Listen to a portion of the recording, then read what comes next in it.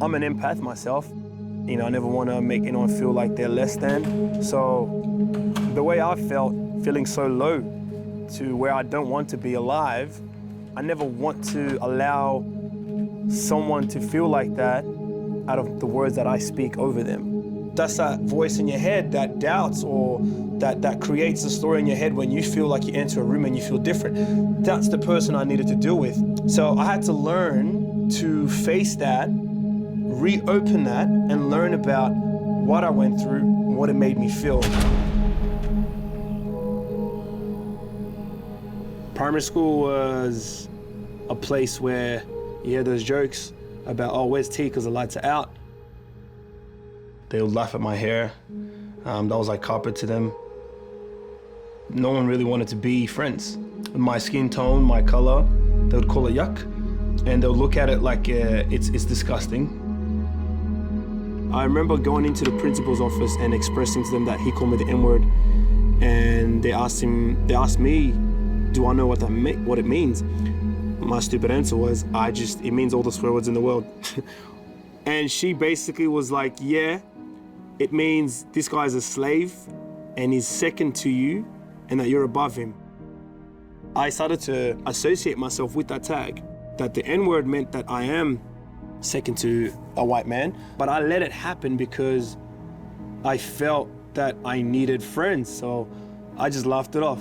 Bullying occurs in all schools, but then the bullying when you're a black person is going to be more racial slurs are used. You know, we talk about the death by 1,000 cuts. It starts there, and it doesn't stop until they die.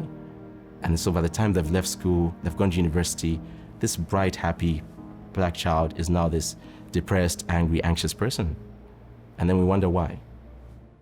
The word that I've come to hear from young people in my community and also experience myself is that it makes you exhausted.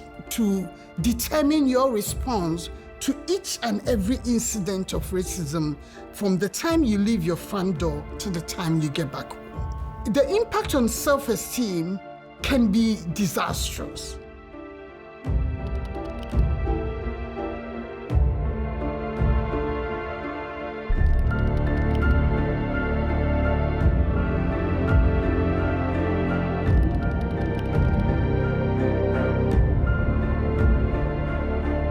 Teachers, principals, school counselors completely refuse to see the racism that occurs in the school. So the answer to a kid who is facing racism is close their eyes to it and refuse to respond. Or the worst case scenario, the child is forced to respond in the way they know how. That child then becomes the perpetrator. So there's total misidentification of who the perpetrator is in that process. We'd had plenty of meetings with the principal about how I'm feeling, what's been happening in class, during lunchtime and recess, but no action was being brought. So I think my parents had a final straw and they just gave me permission to fight for myself and stand up for myself. You know, no parent wants to see their child feel second class to anyone. You know, but my mum, she had to constantly reaffirm me that I am somebody, that I can do something. So yeah, it just felt very low at that time. It felt very, very low.